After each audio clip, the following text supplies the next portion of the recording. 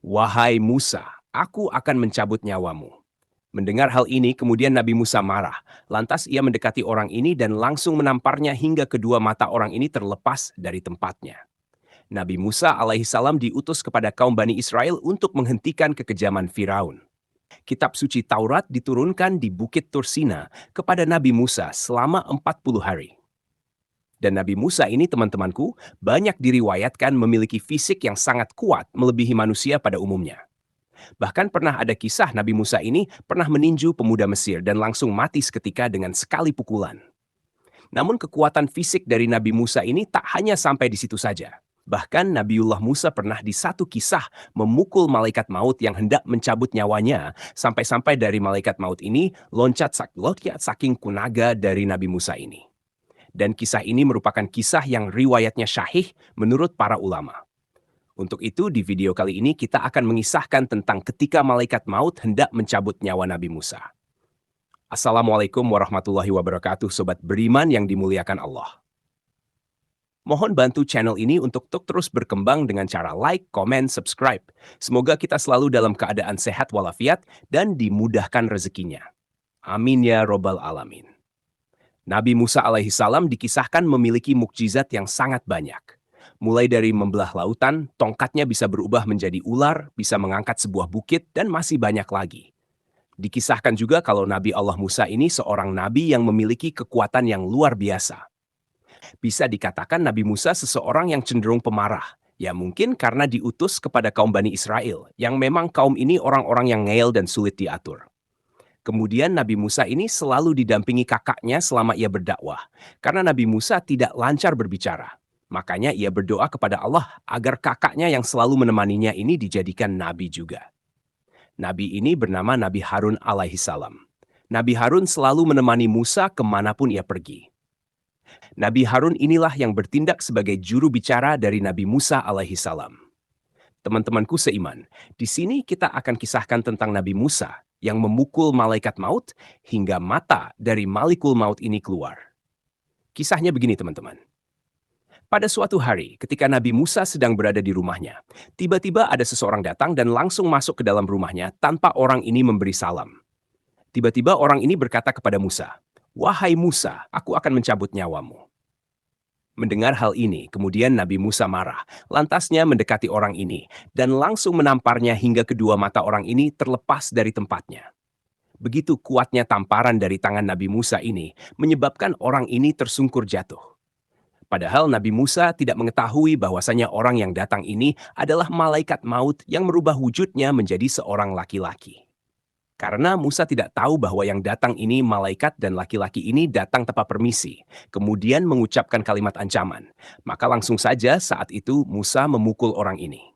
Jika Nabi Musa tahu bahwa pria ini malaikat, pastilah ia tidak akan menamparnya. Kita kembali lagi ke cerita ketika pria ini menerima tamparan dari Musa. Maka ia menemui Allah Subhanahu wa Ta'ala dan mengadukan akan hal ini. "Ya Rob, engkau mengutusku kepada seseorang hamba yang enggan untuk mati."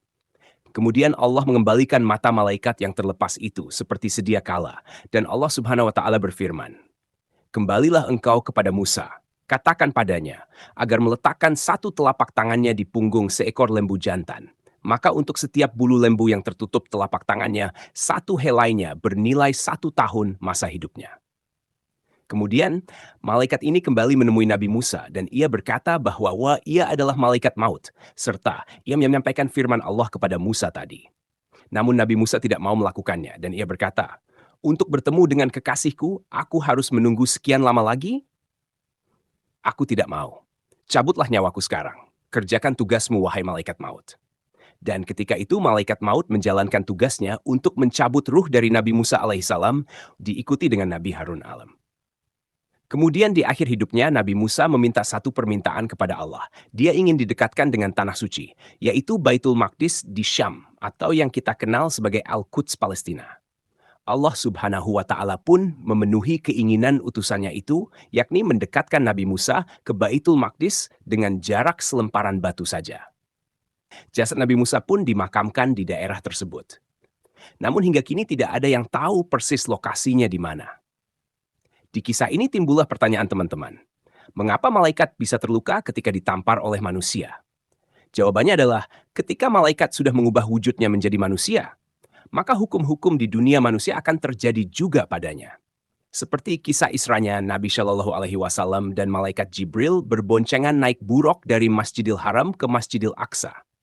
Dari sini saja sudah bisa dilihat buat apa Jibril ikut naik bersama Rasul di atas buruk. Padahal dia kan malaikat, bisa saja terbang dengan sekejap ke Masjidil Aqsa. Nah, karena pada saat itu malaikat Jibril mengubah wujudnya menjadi manusia, maka terjadi jugalah hukum-hukum dunia manusia kepada Jibril. Sebagaimana kita ketahui, tidak ada manusia yang bisa terbang. Al-Hafiz Ibnu Hajar menyebutkan beberapa bukti bahwa para nabi bisa saja tidak mengetahui malaikat yang datang kepadanya. Jadi, para nabi tidak bisa mengetahui itu malaikat bukan ketika malaikat merubah bentuknya menjadi manusia. Sama seperti kisah Nabi Ibrahim dan Nabi Luth ketika bertemu malaikat dalam bentuk manusia. Dulu ada malaikat yang datang menemui Nabi Ibrahim dan Nabi Luth dalam rupa manusia. Nabi Ibrahim dan Luth awalnya tidak mengenalnya. Andai Nabi Ibrahim tahu bahwa dua orang itu adalah malaikat, tentu Nabi Ibrahim tidak akan menyuguhkan makanan untuk mereka. Dan andai Nabi Luth tahu bahwa itu adalah malaikat, tentu Nabi Luth tidak perlu mengkhawatirkan mereka dari kejahatan kaumnya. Intinya kita wajib menerima kebenaran akan peristiwa ini. Wallahu alam bisyawab. Jadi itulah kisah ketika malaikat maut hendak mencabut nyawa Nabi Musa. Semoga kisah ini bermanfaat. Lebih dan kurangnya mohon dimaafkan. Yang benar datangnya dari Allah Subhanahu wa taala, khilaf ataupun keliru itu datangnya dari saya pribadi sebagai manusia biasa. Sampai ketemu di kisah-kisah seru yang penuh makna selanjutnya. Saya akhiri. Wassalamualaikum warahmatullahi wabarakatuh.